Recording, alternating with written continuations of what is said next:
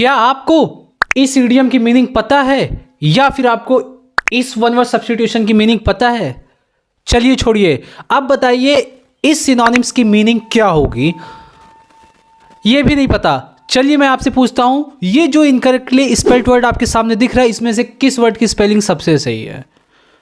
शायद आपको ये भी नहीं मालूम होगा। हेलो एवरीवन, कैसे हैं आप सब? सबसे पहली चीज़, ये जितने क्वेश्चंस भी मैंने आपको यहाँ प्रोवाइड कराए, अगर मैं कहूँ कि यही आपके एसएससी एमटीएस 2025 के एग्जामिनेशंस में इस बार प्रिंट होकर आपके सामने दिखने वाले हैं, तो क्या आप इस क्वेश्चन को ऐसे ही छोड़ देंगे या फिर इस पर लग जाएंगे, पूरी तरीके से डीप में उतर जाएंगे कि इस क्वेश्चन से रिलेटेड जो भी चीज़ें बने मैं इसको छोड़ कर ना हूँ, क्योंकि मुझे सिलेक्शन लेना है। समझ रहे हैं आप लोग? ये जो क्वेश्चन दिखाया मैंने, अगर इन 4 क्वेश्चन में से आपने 2 से 3 क्वेश्चन का भी आंसर सही दे दिया है, आपके माइंड में पॉपअप कर गया है, तो आप सही ट्रैक पे है। और यकीन मानिए, अगर आपने एक क्वेश्चन या फिर किसी भी क्वेश्चन का आंसर नहीं दे पाया तो आप इस बार सिलेक्शन से बहुत दूर हैं। जी हाँ, मैं बिल्कुल सही कह रहा हूँ। ये जितने भी क्वेश्चन मैंने आपको दिखाए हैं, ये एसएससी एग्जाम्स 2025 में पूछे गए हैं, चाहे वो एसएससी सीजीएल हो या फिर एसएससी फेज 13 हो या फिर एसएससी स्टेनो 2025 हो, और अभी जो रिसेंटली एग्जाम कंडक्ट कराया गया जिसकी अभी तक आंसर की भी नहीं आई है, वो है एसएससी सीपीओ 2025। इन सभी को मैंने बहुत अच्छे से एनालिसिस किया कि एडिक्विटी का पैटर्न क्या है, क्योंकि आपको पता है अभी तक आप लोग ट्रेडिशनल वे में प्रिपरेशन करते चले आ रहे हैं, आपको नहीं पता कि किस लेवल का क्वेश्चन किस चीज़ पर पूछा जा रहा है। तो इसलिए मैंने लगभग पिछले 1 हफ्ते की रिसर्च की और जितने भी आंसर की मुझे मिल पाई, मैंने उन सभी का पैटर्न चेक किया और उससे जो मुझे बात पता लगी वो इस वीडियो के थ्रू मैं आपको बताने वाला हूं। तो अगर आपको सिलेक्शन लेना है एसएससी एमटीएस 2025 के एग्जाम में, जो अब से ज़्यादा आपसे 1 महीना ही दूर है, एमटीएस का एग्जाम तो हर हाल में कंडक्ट कराया जाएगा। आप बहुत से चक्कर में पड़ रहे हैं, अभी आप डेट के पीछे भाग रहे हैं कि आपकी डेट कब बताई जाएगी, कब नहीं होगा। यकीन रखिए मेरे दोस्तों, जनवरी के लास्ट वीक में आपकी कहीं ना कहीं एसएससी एमटीएस एग्जाम की डेट देखने को मिल जाएगी हर हाल। तब आप क्या करेंगे? मान लीजिए आज एसएससी ने कह दिया कि आपका 1 हफ्ते बाद एग्जाम है, तब तो आपकी कोई प्रिपरेशन ही नहीं रही, आपने तो अपना टाइम यूं ही खराब कर दिया। तो टाइम को बिल्कुल वेस्ट मत करिए। इससे पहले की जो वीडियो मैंने ये यहाँ पर थंबनेल लगा रखा है, इस वीडियो को जरूर देखिएगा, क्योंकि इस बार एसएससी एमटीएस में गेम चेंजर आपको पता ही है, जब से पैटर्न चेंज हुआ था तो इंग्लिश और जीके जीएससी किंग मेकर है।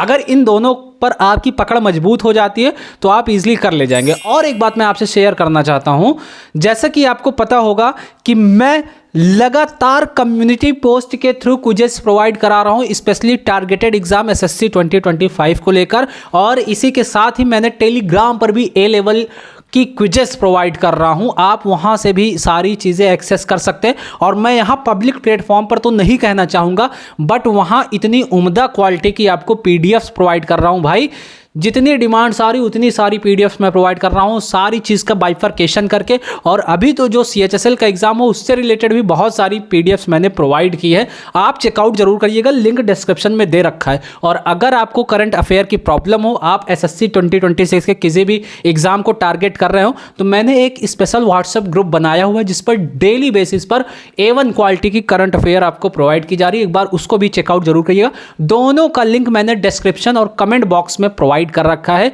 तो उसको चेकआउट करना बिल्कुल मत भूलिएगा। चलिए मैं अपने मेन टॉपिक पर आ रहा हूं। ये जितने भी क्वेश्चन मैंने स्टार्टिंग में आपको दिखाए थे, ये ऐसे वैसे क्वेश्चन नहीं, बल्कि एसएससी एग्जाम में जो अभी रिसेंटली एडिक्विटी ने कंडक्ट कराए उसमें पूछे गए। तो इस वीडियो के through full and fledge form में मैं आपको बताने वाला हूं कि आप एसएससी एमटीएस में अपना स्कोर कैसे बूस्ट कर सकते हैं। क्योंकि मेरे पास बहुत ज़्यादा क्वेरी ये आ रही है कि मैं जब मॉक्स लगाने बैठता हूं तो हमारा नंबर एकदम डिक्रीज हो जाता है, मतलब जो पहले लगाता था और जो अब लगाता हूं उसमें ज़मीन आसमान का डिफरेंस क्रिएट हो चुका है। तो मैंने सोचा कि मेरा जो एक्सपीरियंस रहा इन सारी एग्जाम्स को लेके, मैंने अब तक जितने पैटर्न पर एनालिसिस किया और जो सारी चीज़ें देख रहा हूँ उसको एक वीडियो के थ्रू आप तक डिलीवर कर दी जाए। तो मैं आपको वीडियो स्टार्ट करूँ एक चीज़ बताना चाहूँगा, ये ओसवाल की दोनों बुक है। अगर आप किसी भी एग्जाम को एसएससी की टारगेट कर रहे हैं तो इन 2 बुक्स को परचेज कर सकते हैं। देखिए, आप किसी भी एग्जाम की प्रिपरेशन कर रहे हैं, आपके पास मिनिमम 2 बुक होनी चाहिए। एक बुक है आपकी वोकैबुलरी बिल्डर है, एंड सेकेंड बुक हमारे पास है आपकी इंग्लिश ग्रामर। तो दोनों में बहुत अच्छे तरीके से बाइफरकेशन कर रखा है। अगर आपको परचेस करना होगा तो लिंक इसका मैंने डिस्क्रिप्शन बॉक्स में दे रखा है। हमारे लिंक से अगर आप परचेस करते हैं 10% एक्स्ट्रा ऑफ आपको मिल जाएगा। अब चलिए मैं अब बात करता हूं वो इंपॉर्टेंट टॉपिक्स कौन से हैं जो आपको एसएससी एमटीएस 2025 की एग्जामिनेशन में बहुत ज़्यादा हेल्पफुल होने वाले हैं। और अब अपना ट्रेडिशनल वे आप चेंज कर दीजिए और कुछ अलग चीज़ें पढ़ना स्टार्ट कर दीजिए। आपको पता होगा अब क्लोज टेस्ट का रोल बिल्कुल ख़त्म होता जा रहा है। टोटल ओवरऑल एक एक पेज 2-2 पेज के पैसेज दिए जा रहे हैं जिसको पढ़ने में ही आपके पसीने छूट जाएंगे। पढ़ने के बाद भी आप कोई भी आउटकम उसमें नहीं निकाल पाएंगे, ऐसे पैसेज दिए जा रहे हैं। चलिए मैं पूरा यहाँ पर नोट करके लाया हूँ क्या चीज़ें कैसे होने वाली है। सबसे पहली चीज़, एसएससी एमटीएस में जो बहुत ही वाइटल रोल प्ले करता है वो है सिनोनिम्स एंड एंटोनिम्स। देखिए अभी तक की जो जितने भी एग्ज़ाम हुए मैंने उनकी जो आंसर की देखी, जो सारे पैटर्न चेक किए, उनमें आप सिनोनिम्स और एंटोनिम्स ईजिली टैकल कर ले जाएंगे, उसमें कोई दिक्कत नहीं होने वाली है आपको। ठीक है, तो जो साइनो एंटो अभी तक आप कर रहे हैं इन्हीं को रिवाइज करते चलिए। और आपको बता दूं, अगर आप मॉक दे रहे हैं, मॉक में जो अदर 3 से 4 ऑप्शन मिलते हैं उनको अच्छी तरीके से एनालिसिस करिएगा। उन्हीं ऑप्शन में से ही एसएससी आपका इस बार क्वेश्चन बना रहा है।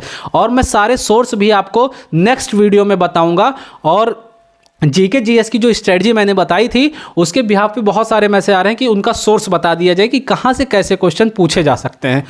इसके बाद आपका ये टॉपिक हो गया। दूसरा है इडियम्स एंड फ्रेजेस का।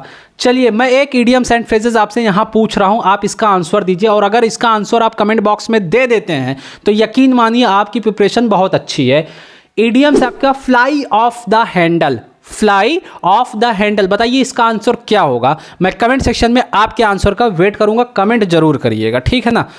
तो सोचिए इस लेवल की इडियम्स एंड फ्रेजेस पूछे जा रहे हैं तो इसकी बहुत ही सख्त पकड़ आपकी होनी चाहिए ताकि एक भी क्वेश्चन गलत ना हो यार। 25 आउट ऑफ 25 क्वेश्चन आप सही करके आए, यही मेरा मोटिव है ये सारी चीज़ें बताने का। इसके बाद जो है मिस स्पेल्ड वर्ड। अब आपको मैं एक सेंटेंस यहाँ लगा रहा हूँ, यहाँ सेंटेंस देखिए आप कि मिस स्पेल्ड वर्ड जो इस बार के एग्जाम में 2025 में, मैं स्पेसिफिक एग्जाम नेम तो नहीं बताऊंगा बट आप सर्च करेंगे आपको मिल जाएगा। सोचिए इस लेवल के इनकरेक्टली स्पेल्ड वर्ड पूछे गए, आपने कभी इन वर्ड्स को देखा भी नहीं होगा। जेन्युइनली बताइएगा, क्या आपने अभी तक इनवर्ट्स को पढ़ा है? पढ़ा भी होगा, आपने ध्यान नहीं दिया होगा कि इतना लेंदी थोड़ी एग्जाम में आएगा। बट इतना ही लेंदी एडिक्विटी इस बार पूछ रही है। तो अगर आपको भाई सिलेक्शन लेना होगा तो आप इन सब चीज़ों को फॉलो करके इन सब चीज़ों को बहुत अच्छी तरीके से लर्न करेंगे, ठीक है ना। मतलब जो इस बार का मिस स्पेल्ड वर्ड मैंने देखा, जितनी भी आंसर कीज मैंने देखी, चाहे वो सीजीएल की हो, सीएचएसएल की हो या फिर स्टेनो की हो, फेस 13 की हो, यार इसमें जो मिस स्पेल्ड वर्ड पूछे गए ना भाई, दिमाग का दही कर दिए। बट वो कोड क्रैक ही नहीं कर पाया कोई कि आखिर पूछ क्या रहा। कुछ 2-4% लोग ही उसको सही कर पा रहे हैं। इसके बाद हमारा नेक्स्ट है one word substitution. One word substitution में जितने भी फोबिया हैं, मानिया हैं और जो पैरामीटर होते हैं किसी भी टेम्परेचर को मापने का या फिर किसी भी ऐसी चीज़ को, इन सब को बहुत अच्छी तरीके से आपको लर्न करना है। आई होप आपको इतनी चीज़ें समझ में आई होगी। देखिए अब मैं कहना चाहूँगा कि यहाँ पर इंग्लिश ब्लैक बुक इनफ नहीं है आपके हर चीज़ के लिए, आपको दूसरी बुक का ऑप्शन रखना ही पड़ेगा। और अगर आप चाहते ही हैं तो अगर आपको कहीं से कोई भी आंसर की मिल जा रही है तो पहले उसको अच्छे से एनालिसिस कर लीजिए कि किस पैटर्न पर पूछा जा रहा है, क्या दिक्कत है आपको। भाई आंसर की तो बहुत जगह अवेलेबल है, आप कहीं से भी लेकर उसको एनालिसिस कर सकते हैं किस लेवल का पूछा जा रहा है। मेरी बात पर मत बिलीव करिए, आप इन सब चीज़ों को देखिए। मिस स्पेल्ड वर्ड भाई साहब इस बार बहुत तगड़ा पूछा जा रहा था, वन वर्ड सब्स्टिट्यूशन भी अच्छे लेवल के ही पूछे जा रहे हैं। वो ट्रेडिशनल पैटर्न खत्म हो चुका है जो टीसीएस के द्वारा पूछे जा रहे थे। इसके बाद एक्टिव, पैसिव और narration, that means voice and narration. भाई साहब इनको सेंटेंसेस में पूछे जा रहे हैं। पहले वन लाइनर आता था ना, आपको याद होगा टीसीएस में वन लाइनर दे देते थे, आप सिंपली पास्ट का परफेक्ट कर देते थे, ऐसा सारी सीन होता था। बट अब दो सेंटेंस का नरेशन पूछा जा रहा है, वो भी नरेशन ऐसा कोई नहीं। अब आपको जो नरेशन प्रिपेयर करना है वो इंट्रोगेटिव सेंटेंस, इंपरेटिव या ऑप्टेटिव सेंटेंस, इन सारे चीज़ों को लेकर ही एक्सक्लामेटरी सेंटेंस हो गया। इन सारी चीज़ों के बेस पर आपको टफ से टफ क्वेश्चन की प्रैक्टिस करनी है एसएससी एमटीएस एग्ज़ाम के लिए। भाई अगर सिलेक्शन लेना है तो यार आपको पता है यही 2 सब्जेक्ट हैं जो आपका स्कोर बूस्ट करेंगे और सिलेक्शन तक आपको पहुंचाएंगे, तो आप इसमें रिस्क क्यों लेंगे। ये हो गया। इसके बाद जो हमारा नेक्स्ट है fill in the blanks. Fill in the blanks की प्रैक्टिस अभी एकदम से छोड़ दीजिए, उसके पीछे मत परेशान होइए। फिल इन द ब्लैंक्स आप कितनी भी प्रैक्टिस कर लेंगे उसको भाई साहब आप नहीं पकड़ सकते हैं। उसमें बहुत ही डिफिकल्ट वर्ड पूछे जा रहे हैं फिल इन द ब्लैंक्स में। 2-2, 3-3 फिलर्स पूछ लिए जा रहे हैं एक शिफ्ट में। सोच लीजिए जिस लेवल का पूछा जा रहा सब।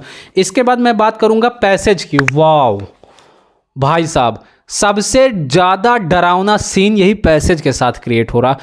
मैंने सारे एस्पिरेंट से बात की लगभग जिन्होंने जो एग्ज़ाम अटैम्प्ट किया, जैसे वो CGL का हो, CHSL का हो, CPO का हो। CPO में तो फिर भी क्लोज टेस्ट देखने को मिल गया था, बट किसी एग्ज़ाम में क्लोज टेस्ट देखने को ही नहीं मिल रहा है। मैक्स टू मैक्स ज़्यादा से ज़्यादा आपको पैसेज दिया जा रहा हो। पैसेज ऐसे नहीं कि आपको आधे पेज का पैसेज दे दिया गया, नहीं, एक पेजेस के पैसेज दिए जा रहे हैं और उसमें जो वर्ड पुट किए जा रहे हैं आप उस वर्ड को डिकोड ही नहीं कर सकते कि इस वर्ड का मतलब क्या है, आप समझ ही नहीं पाएंगे।